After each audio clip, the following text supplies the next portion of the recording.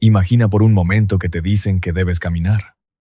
No 1 kilómetro, no 10 miles, miles de kilómetros, bajo un sol que quema la piel hasta dejarla en carne viva, por caminos donde los bandidos esperan detrás de cada roca, cruzando montañas donde el frío de la noche puede matarte si no encuentras refugio. Imagina que en cada ciudad a la que llegas, hay hombres esperando para golpearte, para arrastrarte ante un tribunal, para lanzarte piedras hasta dejarte tirado en el polvo creyendo que estás muerto. Y ahora imagina que después de todo eso, después de cada golpe, cada noche sin dormir, cada herida abierta, te levantas, sacudes el polvo de tu ropa destrozada y sigues caminando. Esa no es una historia de ficción. Esa fue la vida del apóstol Pablo. Y lo que vas a descubrir en los próximos minutos va a cambiar la forma en que entiendes lo que significó realmente llevar el Evangelio de Cristo al mundo antiguo. Para entender quién fue Pablo, hay que comenzar donde todo comenzó, en Tarso. Tarso no era una aldea cualquiera. Era una de las ciudades más importantes de Cilicia, ubicada en lo que hoy es el sur de Turquía. Una ciudad cosmopolita, llena de filósofos, comerciantes y escuelas de retórica que rivalizaban con las de Atenas y Alejandría. Allí nació Saulo, que era su nombre hebreo, en el seno de una familia judía de la tribu de Benjamín. Pero Saulo no era solo judío, era también ciudadano romano, un privilegio extraordinario que muy pocos judíos poseían en aquella época. Esa doble identidad lo acompañaría toda su vida. Conocía la Torá como pocos, pero también hablaba griego con fluidez y entendía el mundo romano desde dentro.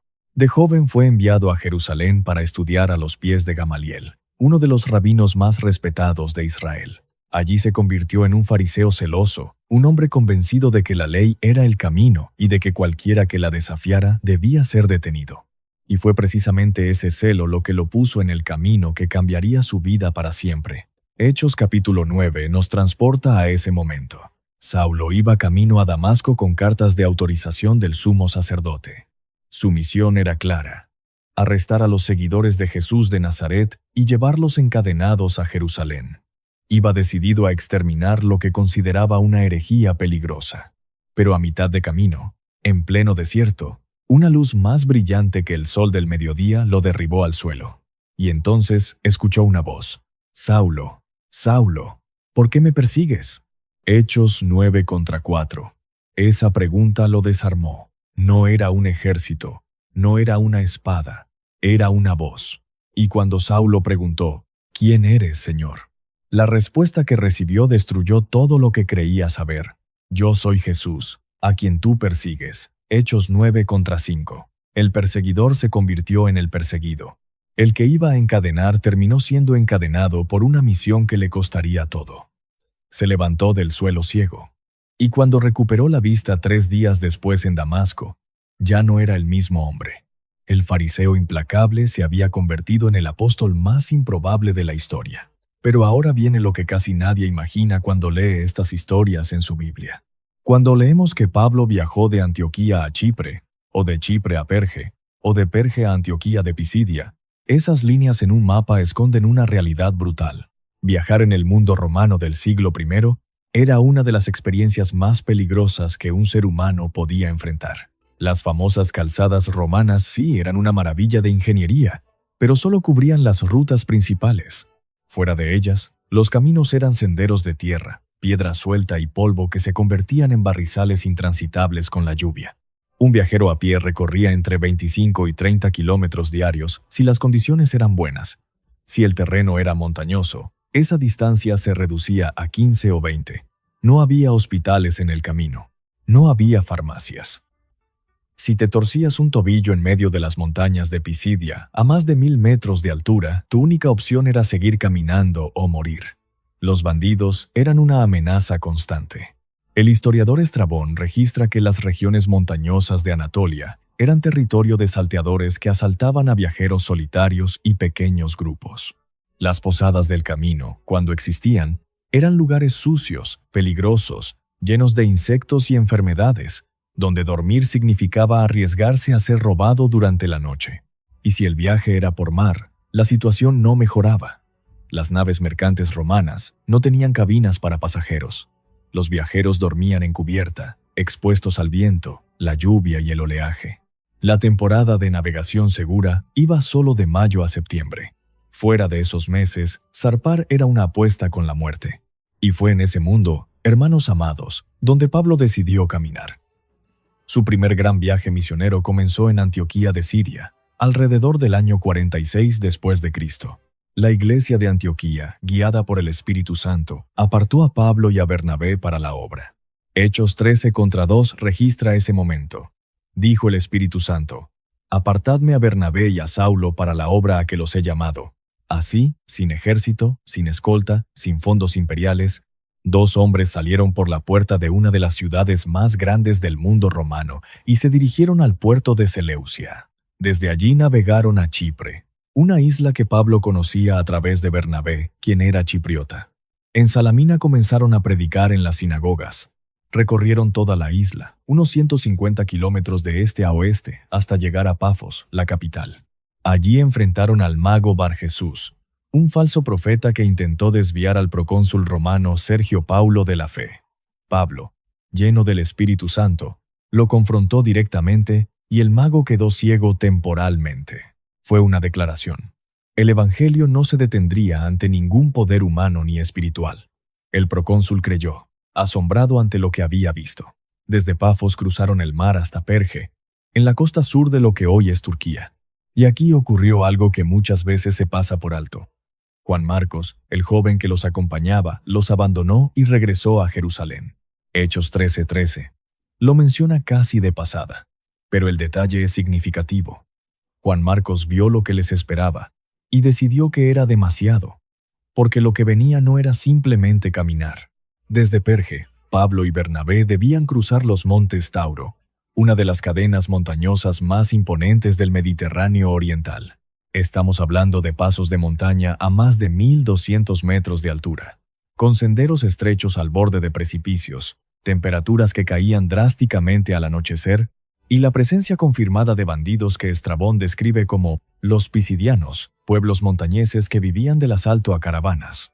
Esa caminata de Perge a Antioquía de Pisidia cubría aproximadamente 160 kilómetros a través de terreno hostil. A pie, con la carga a cuestas, tomaba entre 6 y 8 días. Días de sudor bajo el sol, de sed cuando el agua escaseaba, de vigilancia constante porque cada curva del camino podía esconder una emboscada. Pero llegaron. Y cuando Pablo se paró en la sinagoga de Antioquía de Pisidia y comenzó a hablar, no pronunció un discurso tímido. Hechos 13:16 al 40, y uno recoge sus palabras.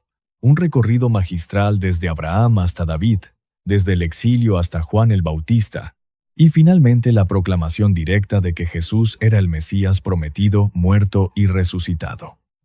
La respuesta inicial fue asombrosa. Casi toda la ciudad quiso escucharlo al sábado siguiente, pero los líderes judíos, llenos de envidia al ver las multitudes, comenzaron a contradecirlo y a blasfemar. Y Pablo pronunció entonces una de las declaraciones más audaces de todo el Nuevo Testamento. A vosotros a la verdad era necesario que se os hablase primero la palabra de Dios, mas puesto que la desecháis, y no os juzgáis dignos de la vida eterna, he aquí, nos volvemos a los gentiles. Hechos 13:46. Ese fue un punto de quiebre. El evangelio ya no sería solo para Israel, se abría al mundo entero. Y el precio de esa apertura lo pagaría Pablo con su propio cuerpo. De Antioquía de Pisidia a Iconio, de Iconio a Listra, de Listra a Derbe. Cada ciudad era una batalla nueva. En Iconio, tanto judíos como gentiles intentaron apedrearlos y tuvieron que huir. En Listra ocurrió algo que muestra la locura del mundo antiguo.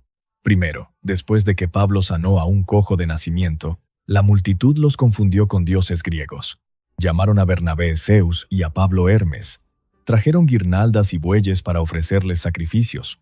Pablo tuvo que rogarles que se detuvieran, gritando que eran hombres mortales como ellos. Pero luego, en un giro tan rápido como escalofriante, llegaron judíos de Antioquía e Iconio que convencieron a esa misma multitud de que Pablo era un impostor. Y la misma gente que quería adorarlo minutos antes lo apedreó. Lo arrastraron fuera de la ciudad y lo dejaron tirado en el polvo, dándolo por muerto. Hechos 14:19 lo dice con una brevedad que esconde el horror. Apedrearon a Pablo, le arrastraron fuera de la ciudad, pensando que estaba muerto. Imagina por un momento las piedras golpeando su cuerpo, los huesos, los músculos, la cabeza.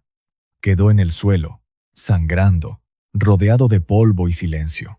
Pero al día siguiente se levantó. Se levantó, hermanos, y entró de nuevo en la ciudad. Y al día siguiente caminó hasta Derbe para seguir predicando. El cuerpo roto que se negó a detenerse. Y eso fue solo el primer viaje, porque Pablo no hizo uno, hizo 4, cada uno más largo, más peligroso, más exigente que el anterior. En su segundo viaje cruzó toda Anatolia hasta llegar a Troas, donde tuvo la visión del hombre macedonio que le pedía ayuda y cruzó por primera vez a Europa. Filipos, Tesalónica, Berea, Atenas, Corinto. En Filipos fue azotado con varas y encarcelado. En Tesalónica provocó tal revuelo que tuvo que huir de noche. En Atenas se paró en el Areópago, rodeado de filósofos estoicos y epicúreos que lo miraban con condescendencia, y les habló del Dios desconocido con una elocuencia que dejó a algunos burlándose y a otros creyendo. En Corinto se quedó 1 año y medio, trabajando como fabricante de tiendas durante el día y predicando por las noches, porque Pablo nunca quiso ser carga económica para nadie. Sus propias manos, las mismas que escribirían las cartas más influyentes de la historia, cosían cuero de cabra para ganarse el pan. El propio Pablo dejó constancia de lo que sufrió. En 2 de Corintios capítulo 11, versículos 23 al 27, escribió palabras que quitan el aliento. En azotes sin número, en cárceles más frecuentemente, en peligros de muerte muchas veces. De los judíos 5 veces he recibido 40 azotes menos 1. 3 veces he sido azotado con varas, 1 vez apedreado, 3 veces he padecido naufragio, 1 noche y 1 día he estado como náufrago en alta mar. En caminos muchas veces, en peligros de ríos, peligros de ladrones, peligros de los de mi nación, peligros de los gentiles, peligros en la ciudad, peligros en el desierto, peligros en el mar, peligros entre falsos hermanos, en trabajo y fatiga, en muchos desvelos, en hambre y sed, en muchos ayunos, en frío y en desnudez. Eso no es poesía, eso es un informe de daños. Cada palabra es una cicatriz. 5 veces recibió 39 latigazos. Eso significa 195 azotes solo de parte de autoridades judías. 3 veces fue golpeado con varas romanas, un castigo tan brutal que podía romper huesos y reventar órganos internos. 3 naufragios. Y esto lo escribió antes de su último viaje a Roma, donde sufriría un 4º naufragio frente a la isla de Malta. Ese último viaje a Roma fue quizás el más dramático de todos. Pablo viajaba como prisionero, encadenado, custodiado por soldados romanos, en una nave que transportaba 276 personas y cargamento de trigo. Hechos capítulo 27 narra la travesía con un detalle que los historiadores navales consideran uno de los relatos de navegación antigua más precisos que existen. La nave fue atrapada por un viento huracanado llamado Euroaquilón cerca de la isla de Creta. Durante 14 días no vieron ni sol ni estrellas. Los marineros arrojaron la carga al mar para aligerar el barco. Toda esperanza de salvarse se había perdido. Pero Pablo se puso de pie en medio de ese caos y dijo: «Os exhorto a tener buen ánimo, porque ninguna pérdida habrá de vida entre vosotros, sino solamente de la nave». Hechos 27:22. Y así fue. La nave se estrelló contra un banco de arena frente a Malta, se partió en 2, pero las 276 personas llegaron a tierra sanas y salvas. En Malta, una víbora mordió la mano de Pablo mientras encendía una fogata. Los isleños esperaron verlo caer muerto, pero Pablo sacudió la serpiente al fuego y siguió como si nada. Y los que esperaban su muerte comenzaron a decir que era un dios. Finalmente llegó a Roma, no como conquistador, no en un carro triunfal, sino encadenado a un soldado romano. Pero incluso así, incluso prisionero, Pablo no dejó de predicar. Hechos 28:30 y 31 nos dice que durante 2 años vivió en una casa alquilada, recibiendo a todos los que venían a él, predicando el reino de Dios y enseñando acerca del Señor Jesucristo con toda libertad y sin impedimento. Y fue desde esa prisión, con cadenas en las muñecas, donde escribió algunas de las cartas más poderosas que la humanidad haya recibido: Efesios, Filipenses, Colosenses, Filemón, cartas que han sido leídas, estudiadas, lloradas y vividas por millones de personas durante 2000 años. Cada palabra fue escrita con manos encadenadas. Cada frase fue dictada desde una celda. Y sin embargo, esas palabras cruzaron fronteras que Pablo nunca pudo cruzar con sus pies. Llegaron más lejos que cualquiera de sus viajes. Llegaron hasta aquí, hasta este momento. Hasta ti que estás escuchando esto ahora mismo. Se estima que Pablo recorrió más de 15.000 kilómetros a lo largo de sus viajes misioneros. 15.000 kilómetros a pie, en barco, en carro cuando había suerte. Cruzó desiertos, montañas, mares, fronteras, culturas, idiomas y persecuciones que habrían detenido a cualquier otro ser humano. Pero Pablo tenía algo que ningún azote podía arrancarle, que ningún naufragio podía ahogar, que ninguna cadena podía sujetar. Tenía una convicción que él mismo expresó mejor que nadie en Filipenses 1:21. Porque para mí el vivir es Cristo, y el morir es ganancia. Eso no era una frase bonita para un pergamino. Era el combustible que movía sus pies heridos kilómetro tras kilómetro. Era la razón por la que se levantaba cada vez que lo derribaban. Era lo que lo mantenía escribiendo cuando sus manos apenas podían sostener la pluma. El camino que comenzó con una luz cegadora en el polvo del desierto sirio, terminó en Roma, en una celda, con cadenas. Pero lo que Pablo sembró en cada ciudad que visitó, en cada sinagoga donde predicó, en cada carta que escribió con manos encadenadas, sigue dando fruto hoy.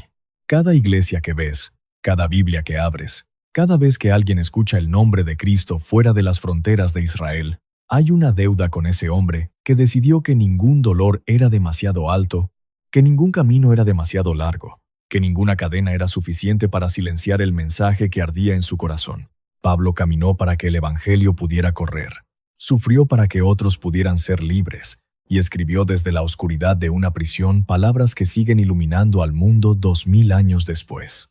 Hermanos amados, así estamos concluyendo este video. Espero de todo corazón que esta travesía junto al apóstol Pablo haya tocado tu vida de la misma forma en que tocó la mía mientras preparaba este contenido. Si este video fue de bendición para ti, te pido que nos regales un like. Es totalmente gratis y nos ayuda muchísimo a que más personas puedan encontrar este mensaje. Suscríbete a Refugio para el Alma si aún no lo has hecho, y activa la campanita para que no te pierdas ningún video. Y si conoces a alguien que necesite escuchar esta historia, compártelo. A veces un video puede llegar en el momento justo que alguien necesita. Nos vemos en el próximo video. Que Dios les bendiga abundantemente. Hasta pronto.